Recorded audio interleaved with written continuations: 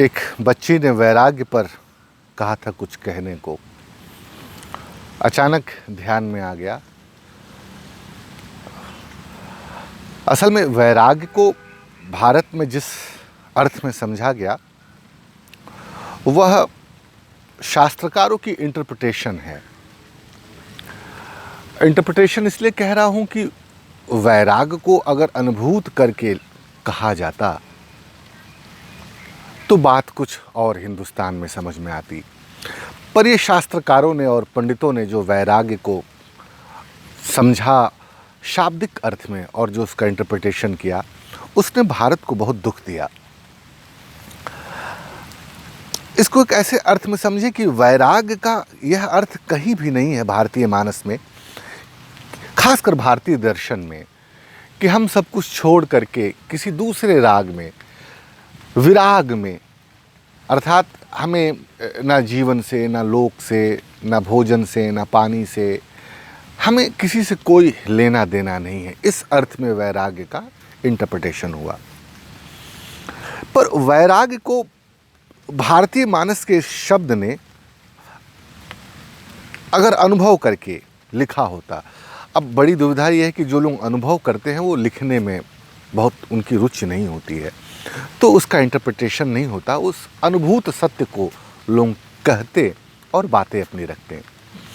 तो कुछ सब कुछ छोड़ करके वैरागी हो जाना, कपड़े फटे हाल में रहना, फटा जीवन जीना, कोई अर्थ नहीं, कुछ पागलों की तरह हो जाना, यह वैराग्य नहीं है।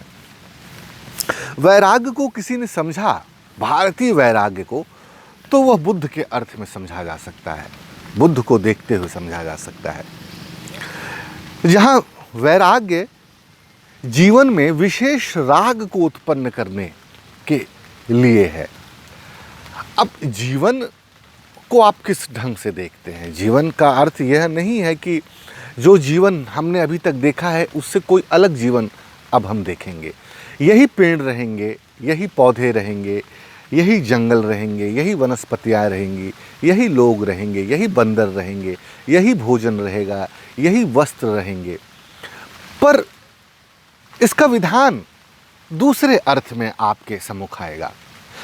इसका विधान इस अर्थ में आपको समझ में आएगा कि जैसे तुम एक इस जीवन के एक चरित्र हो, इस जीवन के एक पात्र हो, उसी दूसरे अर्थ में, दूसरे रूप में यह वृक्ष भी, यह मनुष्य भी तुम्हारे साथ कुछ देर के लिए एक रूप में स्थित हैं।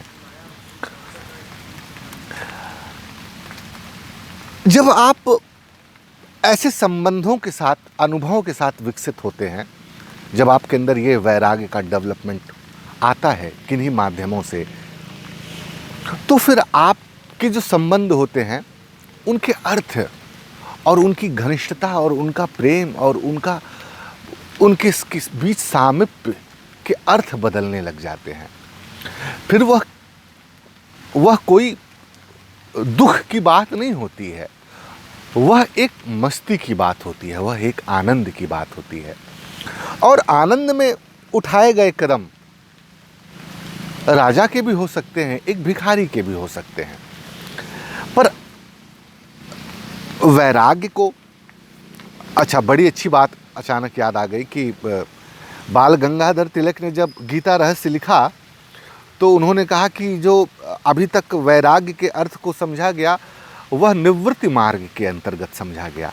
उन्होंने कहा निवृत्ति मार्ग ने ही पूरे भारत को पिछले 2500 सालों से गुलाम कर रखा है कि हमारे पर आक्रमण करी आए, हमें मार दे, हमें नहीं करना चाहिए, इत्यादि इत्यादि। लेकिन उन्होंने कहा प्रवृत्ति मार्ग है वैराग्य, अर्थात चीज़ों की फल की अपेक्षा ना करके जो कर्म है उसको विशेष ढंग से करना। अगर कोई आक्रांत आकर के आपको परेशान कर रहा है तो इसका यथोचित उत्तर मिलना चाहिए, और यथोचित उत्तर अगर आपकी बातचीत से संभव है तो बातचीत से, अगर तलवार निकालने से संभव हो रहा है तो तलवार निकाली जानी चाहिए।